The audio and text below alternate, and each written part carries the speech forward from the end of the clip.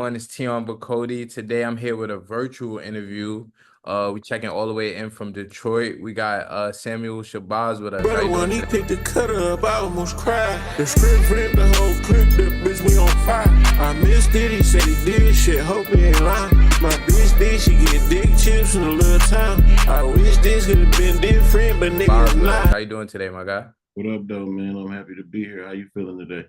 I'm good, man. It's hot in NYC. How's it in Detroit? Are you in Detroit?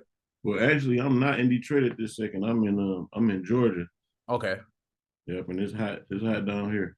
Oh, so I already know it's hot down there. But I just left Detroit, and it's pretty hot up there too. Damn, it's hot everywhere. It's like the hottest summer in world history. It's a steaming summer. No cap, no cap. But anyway, man, how you feeling? Just mentally. You just dropped a project, Plain Boy. So how's it feeling having new music out there?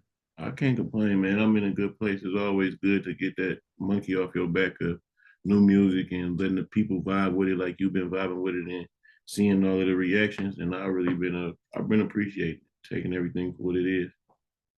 All right, no doubt. And you release a lot. You're constantly dropping. Is there ever pressure for you to continue to stay on that path, or is that just something you want to do? It's never pressure to continue dropping, but I always try to make sure it's quality every time. If it just so happen to be quantity, a fast amount of quantity, I appreciate that.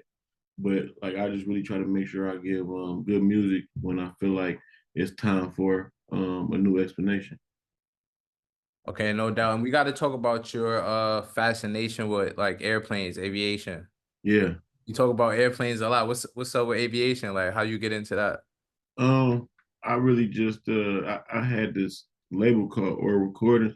Well, I have this label called Or Recordings, and the A was like a plane. When I was like 16, we made a logo, and the A was like a plane because it was like representing flyness and being above everything, and just like being above the negativity we was growing up seeing. Just trying to do something on the next level. So it was like, and planes always, there's only so many people can get on a plane and go up with you, and we was understanding of that, but we up forever. So it was a lot of different elements to my aviation. So it's more metaphorical than I actually just love airplanes. So Right, and that's like you just hit your signature ad lib, the "We Up Forever."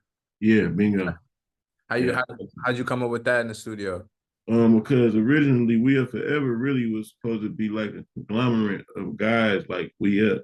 I had went to school in Florida, and I came to it, and it was like a lot of people from a lot of different cities, and I was trying to just bring everybody together and just create media, music, everything, and just be We Up. And one of the guys had that I started doing We Up with had really like parted ways with us and started doing his own thing in life. So it wasn't no offense to it, but in order to like separate it, I just went We Up Forever, and just from there on, it was just manifested into whatever it just became now. Ad Okay, no doubt. And we got to talk about the chain. So you got the Wavy Gang chain on. I know you just you and Babyface Ray kind of just came to like a partnership or something with Empire, right? Yeah, that's All my right. goal. Facts. I was watching your interview that you just did the other day, or what was that? I think Off the Porch. Yep, off the porch. Yeah, Yeah, that was a good interview. I see you appreciate guys are that. really close. So talk about that a little bit. Signing to someone that you kind of came, or I want to say signing, but being with someone that you came up with and now on like a major scale. Um, it's just about us being unified and progression. Like I'm not really like I'm not a real egotistical, prideful guy. Like I do have my pride. I do got things I stand on, and I am big on respect. But when it comes to us, things being bigger than just us, I'm really cool with making the sacrifice of ego to making things have a real foundation and to really be what it's supposed to be. So I didn't mind me and my brother partnering together or me being his artist or whatever, you know what I'm saying? In order for Wavy Gang to be Wavy Gang like it's supposed to be. So it's all about long term more than just me trying to snatch and grab for right now in life. I just want to, I want us to win, want us to look good too. Okay, that's what's up, true team player. And talk about that because you've been I saw in the interview, you was talking about you've been rapping since like '08, right? I've been or recording since '08. I've had my own company since '08, but I've been rapping since like '01, '03. But I really I really started recording in like '05. All right, so hold on. So you got to talk about that. We in 2024. For the people Yeah, that can't do the math, that's damn near 20 years, 19 years. yeah. How did you stay dedicated all that time to now? What was like the process?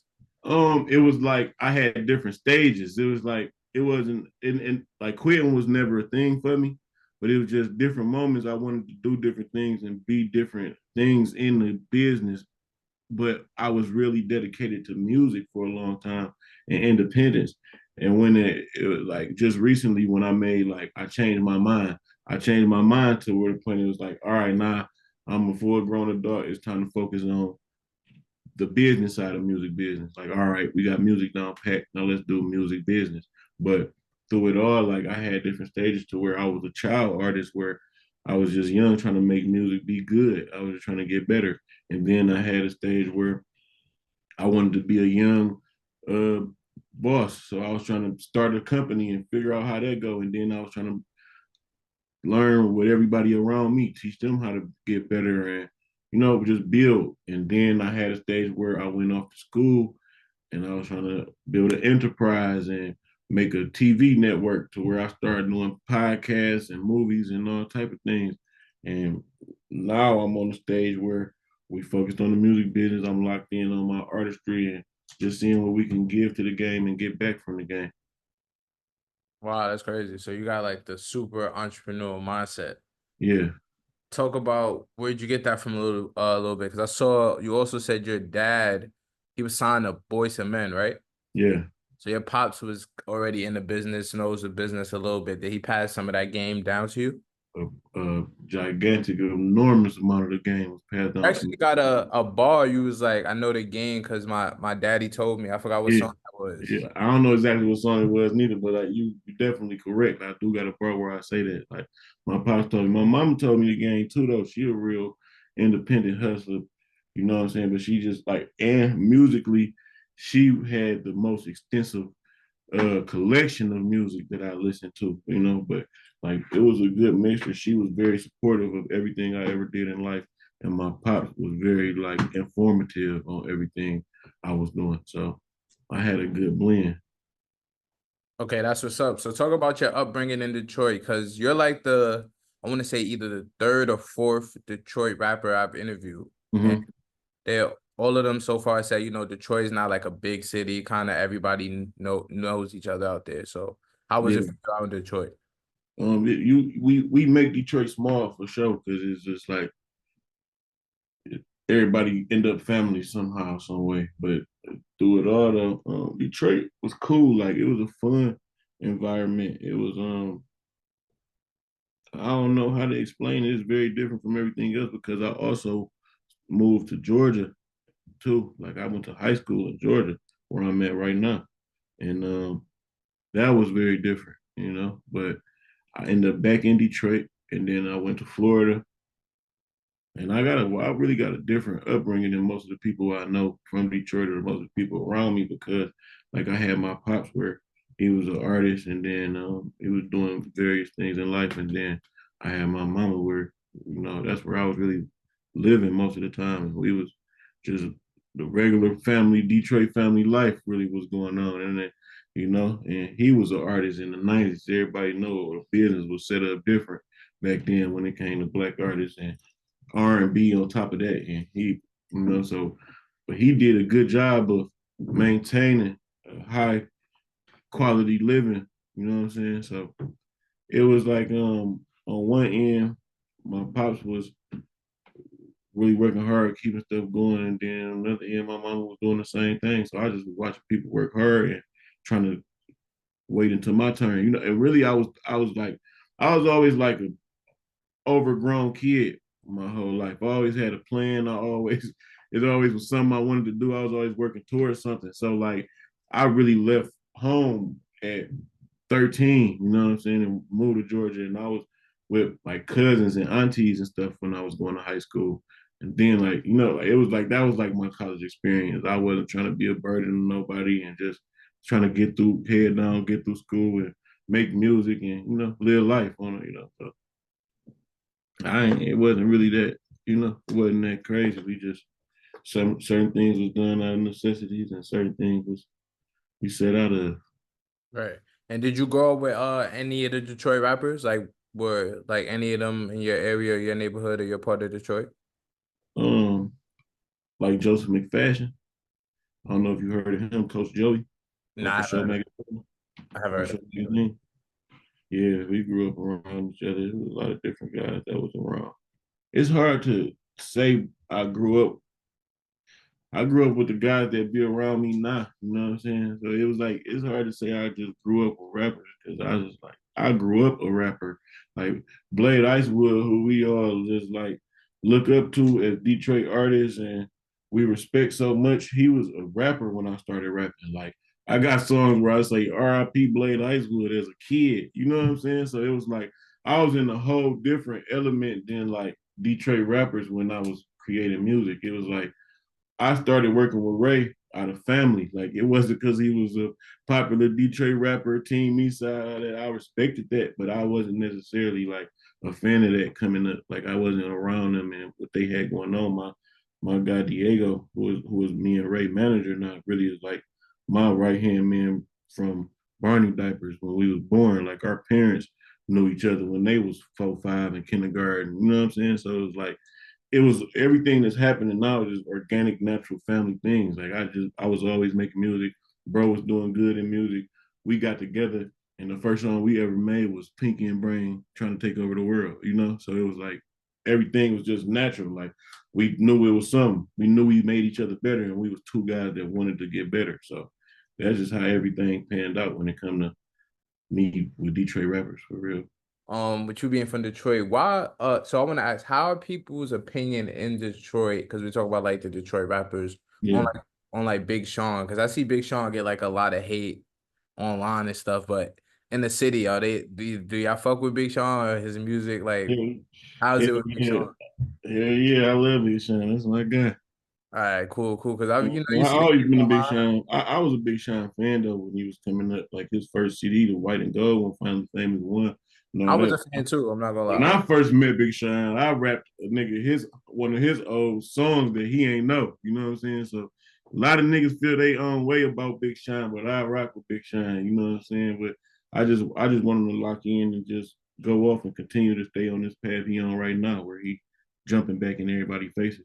All you gotta do is put on and just go see these boys. They'll say whatever. One thing about Detroit, them niggas will say whatever. But if he pop up, go see them boys and do whatever. I ain't saying he gotta do it because he don't owe nobody nothing. But if he do that, them boys whole, you will see everybody whole movement change. Like niggas will change. They'd be like, they'll give him whatever just do he supposed to have if he helped them make a couple dollars. That's what this should be about, the money. All right, that's what's up. Okay, so I want to ask you too. So you got your new project, Plain Boy, out right now. Mm-hmm. What would you say is your favorite song off of the project, and why Plain Boy? Why'd you go with that name for the project? Plain boy because of my earlier speaking on the infatuation with aviation, I had to go plain boy because it was like, it was plain game, plain, or it was planes. It was a lot of plane and everything, but it was coming to a time where, like I said, I had to change my mind. I had to start moving up. Like I changed my mind. All right, now we in the business. There's a certain way we got to do the work, do the business. Woo, woo. Now it's time to go up. Like lock in, get whoever could fit on the plane and go up and never stop. So it was just like, and it was Plain Boy was supposed to be more than just me. It's like anybody could be Plain Boy now, but you could still personalize it. So we about to put all our feelings and bottle them up and tell our story, and we gonna let the girls be the host on our feelings. So that's why I don't know if you are familiar with most of my music, but I use a lot of skits. And this time I just used all women, female, to speak on Plain Boy. So that's just really what was going on with Plain Boy. And it just ended up working out with the play on Playboy and, things like that. So I wanted to still alter the look. Like say Plain Boy, but almost not even show a plane at one point. Okay. Yeah, Yeah, I heard all the ladies on the skits. Now that you say, I understand why yeah, all the skits are like women. yeah. They all, and I wanted to be all original this time too. So, like I normally was, like it started with Not a Fan, where it was like I was taking skits for popular culture and just things that was going on that, for people to resonate, be familiar to, lighten the moods. Because my music's so dynamic, I have an extreme rap song, and then I'd be singing the next song. So like in between, sometimes you gotta laugh to forget you was even in those feelings, and now we can like move on to the next feelings. You know. I Okay. really want people to just have moments with my music, like we used to sit down, cut stuff on, and just chill, and it really be something we listen to, like entertainment, like watching the play, watching the show, watching the movie. You know what I'm saying? Watching somebody's life, watching somebody talk to you, tell you what's going on, like really be that instead of just some. He been going to the studio the last 3 months and threw a bunch of songs together. I hope you like something. We ain't really just throwing stuff on the wall hoping it stick. We really like knowing what we working with. Right. And I feel like in today's day and age, that's what a lot of projects are, is like just a bunch of songs together. Yeah, trying to get their check. It Yeah. be about the money, man. And this project is I would say a longer project. Did you like, was that your goal to have like a lot of songs on there? Man, believe it or not, I was really trying to take songs off of that project. Like I was trying my best to condense it. You know, I still got songs lingering around that was supposed to be on Plain Boy, and I'm trying to figure out. I don't know how I'm gonna give it to the people.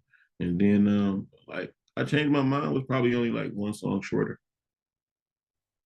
So it wasn't really no intent. I just wanted to give all the music that told the Plain Boy story and was like up to par, some that everybody liked throughout the way when we was playing music. Nothing that just was like, all right, that's just a song on there just to be a song on there. It was like big features that we got to put out later because it's just, it wasn't necessarily fitting with what we was doing. We liked it. Wasn't nothing wrong with it, but it's just like it was really important to tell the Plain Boy story all the way through properly. Okay, word, that's what's up. So 2024 is speeding by. You just dropped your tape. So what's next for you? Coming for you? Would you say like visuals off the project? More visuals. We got more and more visuals for you. Friday we dropping Dexton. Okay. The last one you dropped was For You, right? Nah, the last one I dropped was Say Yes. For you. Say yes. For Okay. you was the very first one. For You was the first one. All right. For you, 1-800 call Sam, then Say Yes.